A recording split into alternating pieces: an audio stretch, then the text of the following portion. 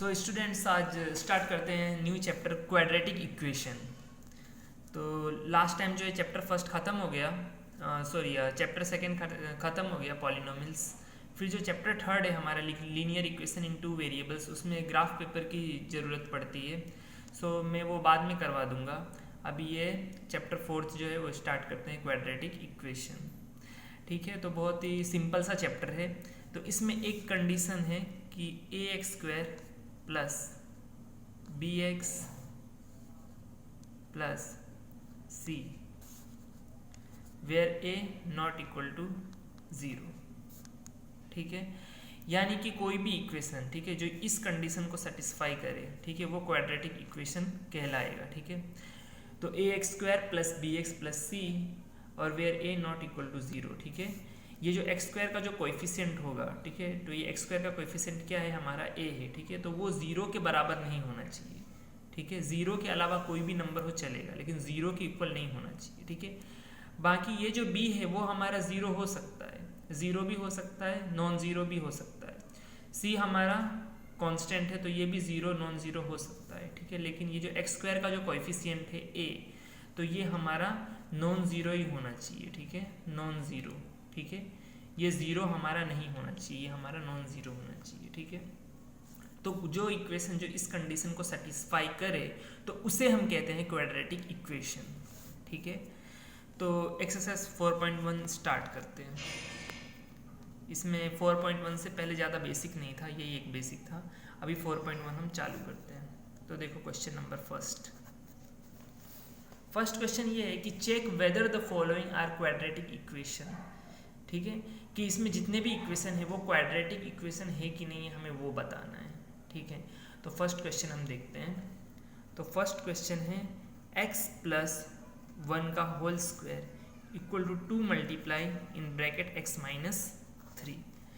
तो देखो ये a प्लस बी का होल स्क्वायर के फॉर्म में है, तो उसका फार्मूला क्या होता है, a प्लस बी का होल स्क्वायर का फार्मूला होता है a square plus 2ab plus b square. ठीक है, तो इसीलिए अभी इसको a मान लो और इसको क्या मान लो, b मान लो।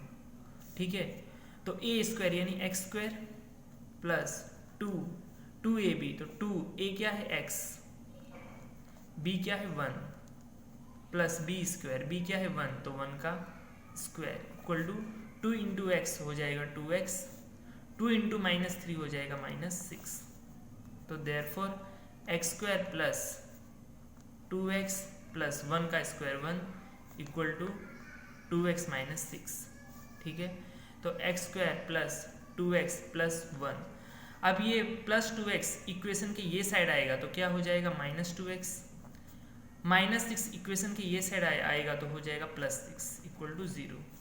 अब -2x प्लस 2x कैंसिल हो जाएगा। ठीक है, देयरफॉर एक्स स्क्वायर अब +1 प्लस 6 हो जाएगा +7 इक्वल टू 0। ठीक है, तो क्या ये क्वाड्रेटिक इक्वेशन है कि नहीं है वो हमें बताना है। ठीक है, तो क्वाड्रेटिक इक्वेशन का यानी कि वो इक्वेशन जो इस कंडीशन को सेटिस्फाई करे, a x square plus B x plus c where a not equal to 0। ठीक है, तो यहाँ पे देखो ए एक्स स्क्वायर, तो एक्स स्क्वायर का कोई कोएफिशिएंट नहीं है, तो यहाँ पे हम 1 ले सकते हैं। ठीक है, तो ये हो गया ना हमारा 1 X square plus B X. ठीक है, तो x वाला कोई टर्म नहीं है। ठीक है, तो प्लस x के कोएफिशिएंट में हम 0 ले सकते हैं। ठीक है, क्योंकि x वाला कोई टर्म नहीं है इसलिए x के कोएफिशिएंट में 0 ले लिए कि 0 इंटू एक्स 0 हो जाता है, प्लस c। ठीक है, तो प्लस c यानी कांस्टेंट, तो कांस्टेंट क्या है 7। ठीक है, तो ये आ गया a x square plus B x plus c के कंडीशन में। ठीक है, a हमारा क्या है 1 है। ठीक है, b हमारा क्या है 0 है और c क्या है हमारा 7। तो कंडीशन क्या होता है इसमें कि a 0 के बराबर नहीं होना चाहिए। ठीक है, a हमारा 0 के बराबर नहीं होना चाहिए। ठीक है, b और c 0 होगा तो चलेगा। तो देखो a हमारा 1 है, ठीक है, जो 0 के बराबर नहीं है, और b 0 है तो चलेगा। c हमारा 7 है, तो c अगर 7 हो 0 हो जो भी हो चलेगा। ठीक है, खाली a 0 के बराबर नहीं होना चाहिए, तो a हमारा 1 है। ठीक है, तो इसीलिए ये क्वाड्रेटिक इक्वेशन है। ठीक है, तो लिखना है since a equal to 1 is not equal to 0, ठीक है। Therefore it is quadratic equation, it is a quadratic equation, ठीक है। उसी तरीके से ये सब करना है। तो मैं एक और एक एग्जांपल ले लेता हूँ कोई भी, चलो ये ले लेता हूँ, फोर्थ वन। तो देखो ये दिया है x minus 3 into 2x plus 1 is equal to x into X plus 5, ठीक है। तो यहाँ पे देखो x इंटू 2x तो ये हो जाएगा 2x स्क्वायर, ठीक है। x इंटू प्लस 1 तो ये होगा plus x, minus 3 into 2x तो ये हो जाएगा माइनस 6x, माइनस 3 इंटू 1 तो ये हो जाएगा minus 3 equal to x into X हो जाएगा x square, x into plus 5 तो ये हो जाएगा plus 5x। Therefore 2x square plus x minus 6x minus 3, ठीक है। ये x स्क्वायर इक्वेशन के ये साइड आएगा तो हो जाएगा minus x square, plus 5x equation के ये साइड आएगा तो हो जाएगा माइनस 5x इक्वल टू 0, ठीक है। अभी यहाँ पे देखो प्लस 2x स्क्वायर और माइनस एक्स स्क्वायर तो ये क्या हो जाएगा x स्क्वायर, ठीक है। प्लस x माइनस 6x तो ये हो जाएगा माइनस 5x, और माइनस 5x और माइनस 5x तो ये हो जाएगा माइनस 10x, ठीक है। और ये है माइनस 3 इक्वल टू 0, ठीक है। तो यहाँ पे देखो एक्स स्क्वायर का कोई कोएफिशिएंट नहीं है तो इसको हम 1 ले सकते हैं, ठीक है। तो ये आ गया ना ax स्क्वायर, ठीक है, प्लस bx और प्लस c इक्वल टू 0 के फॉर्म में आ गया, ठीक है। a हमारा क्या है 1, b क्या है माइनस 10 और c क्या है हमारा माइनस 3, और a जो है 1 वो 0 के इक्वल नहीं है, ठीक है। तो इसमें भी लिखना है since a equal to 1 is not equal to 0 therefore it is a quadratic equation, ठीक है।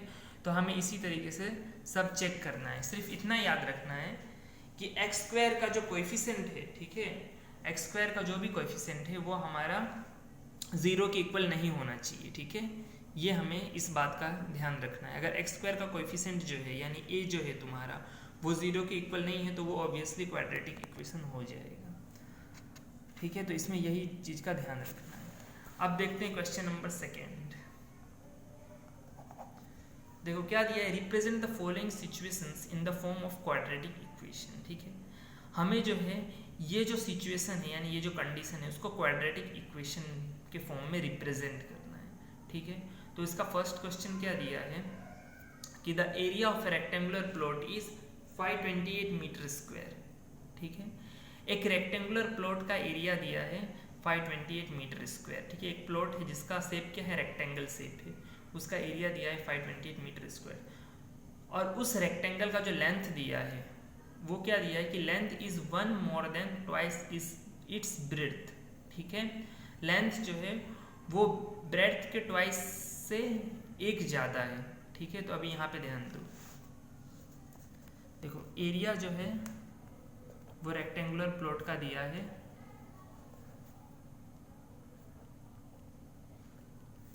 वो दिया है 528 मीटर स्क्वायर, और कंडीशन क्या दिया है, बाय गिवन कंडीशन, अभी यहाँ पे देखो लेंथ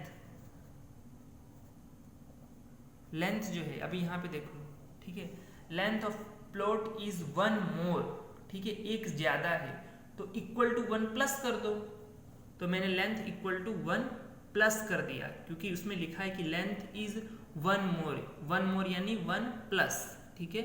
अगर 1 लेस रहता तो हम क्या लिखते 1 माइनस, 1 मोर है इसीलिए 1 प्लस, फिर लिखा है कि 1 more than twice its breadth, तो ट्वाइस इट्स ब्रेड्थ का मतलब होता है 2 इंटू ब्रेड्थ, ठीक है। तो L इक्वल टू 1 मोर यानी कि 1 प्लस ट्वाइस इट्स ब्रेड्थ यानी कि 2 इंटू बी यानी ब्रेड्थ, ठीक है। तो L equal to 1 plus 2b हो गया, ठीक है। फिर यहाँ पे क्या लिखा है, we need to find the length and breadth of the plot, ठीक है। हमें लेंथ और ब्रेड्थ हमें फाइंड करना है, ठीक है। तो उसके लिए जो कंडीशन है उसको हमें क्वाड्रेटिक इक्वेशन के फॉर्म में हमें बताना है। तो देखो अब लेंथ है उसको हम क्या कंसीडर कर लेते हैं, let length L equal to, sorry पहले ब्रेड्थ कंसीडर कर लेते हैं, ठीक है। Let breadth B equal to x metre, ठीक है। तो लेंथ क्या हो जाएगा, लेंथ क्या है हमारा 1 प्लस 2 इंटू ब्रेड्थ, तो 2 इंटू ब्रेड्थ हमारा क्या ले लिया है x, तो 1 प्लस 2 इंटू एक्स हो जाएगा, ठीक है।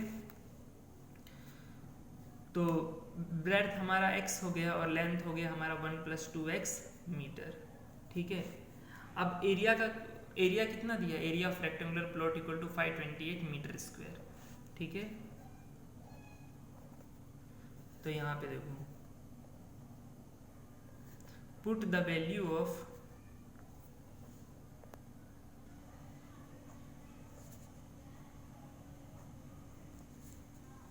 put the value of length and breadth, length and breadth in equation 1। तो यहाँ पे देखो इक्वेशन 1 में एरिया ऑफ रेक्टेंगुलर प्लॉट, तो एरिया ऑफ रेक्टेंगल का फॉर्मूला क्या होता है, लेंथ इंटू ब्रेड्थ, ठीक है। तो लेंथ हमारा तो क्या दिया है 1 प्लस 2x मीटर, ठीक है।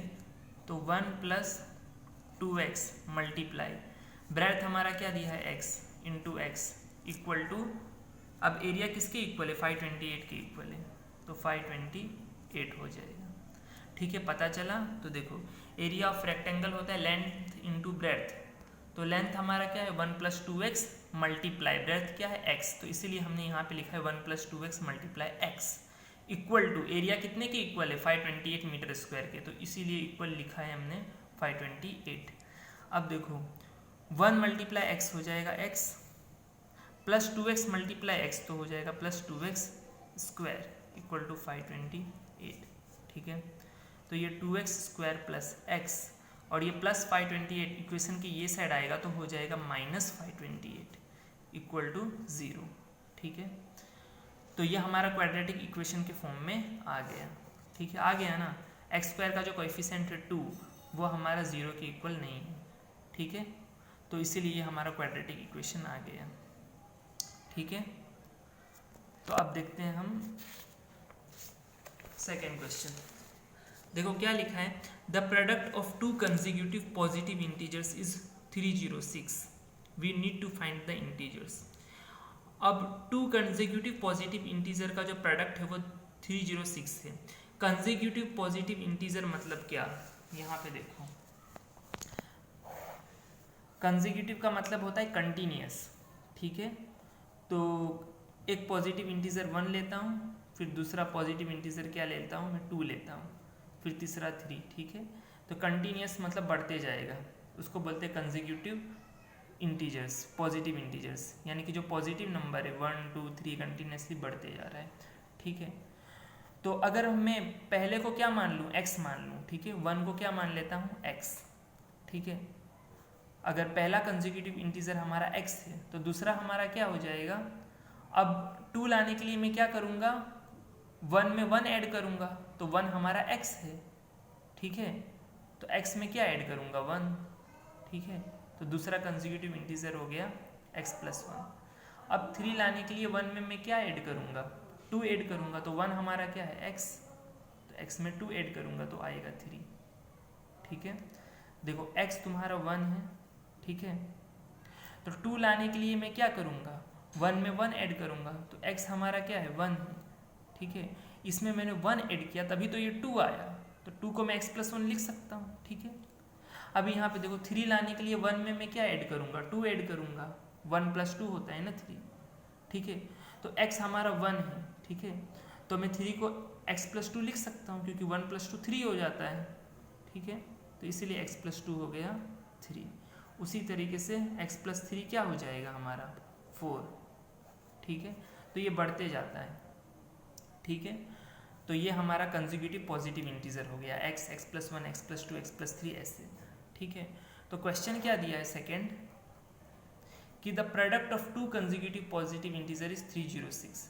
तो पहला कंसेक्यूटिव पॉजिटिव इंटीजर क्या है, x, ठीक है, और दूसरा हमारा क्या है, x+1, ठीक है। तो ये दो कंसेक्यूटिव पॉजिटिव इंटीजर का प्रोडक्ट यानी कि उन दोनों का मल्टीप्लाई, ठीक है, उसकी वैल्यू दे रखा है 306, ठीक है।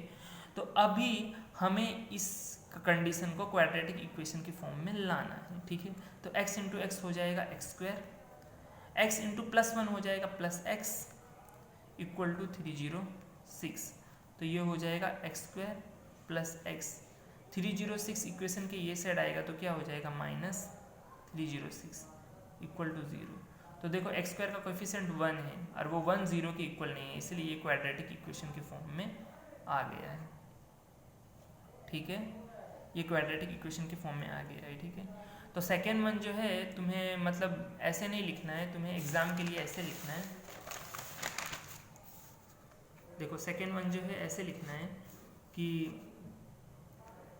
x let x and x+1 be two consecutive positive integers. Now by given condition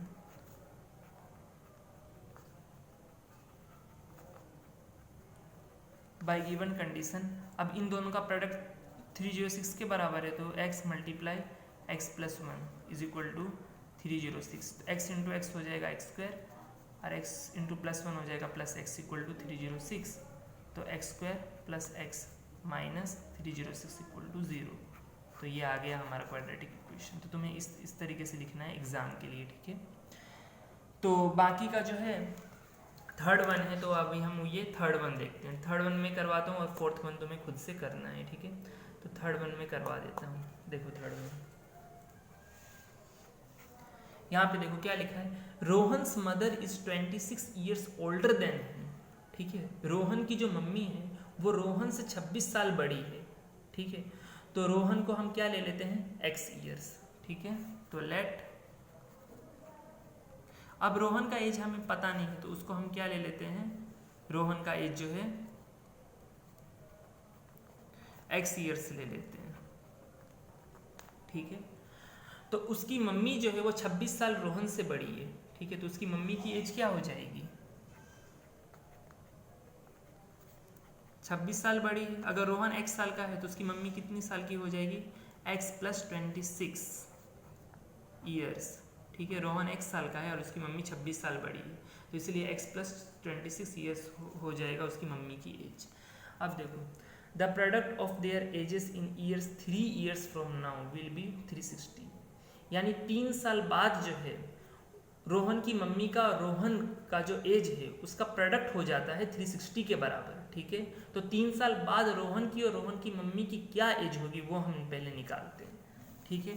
तो ये तो प्रेजेंट एज है, अभी का एज है, ठीक है। रोहन का एज है x ईयर्स और उसकी मम्मी का एज है x + 26 ईयर्स। तो 3 साल बाद क्या होगा, ठीक है। तो यहाँ पे लिखो 3 ईयर्स लेटर, ठीक है।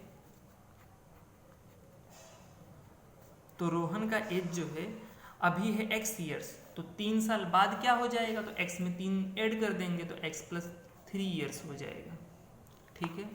और उसकी मदर का एज,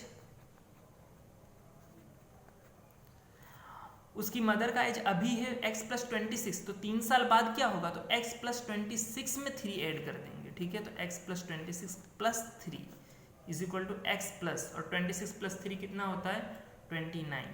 तो x + 29 ईयर्स हो जाएगा रोहन की मम्मी का एज, कब, 3 साल बाद, ठीक है।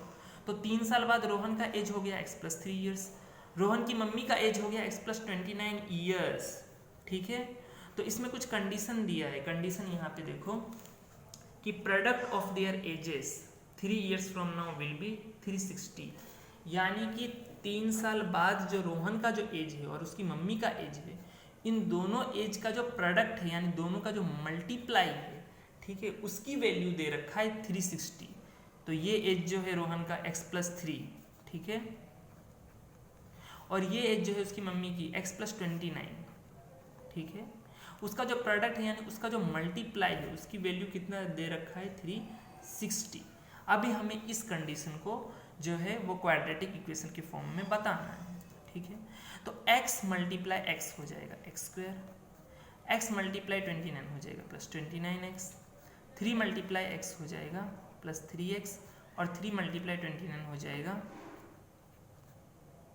87 इक्वल टू 360, ठीक है। तो x स्क्वायर प्लस 29 प्लस 3 हो जाएगा 32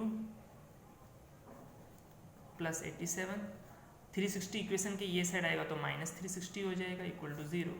therefore X square plus 32x plus 87 और माइनस 360 हो जाएगा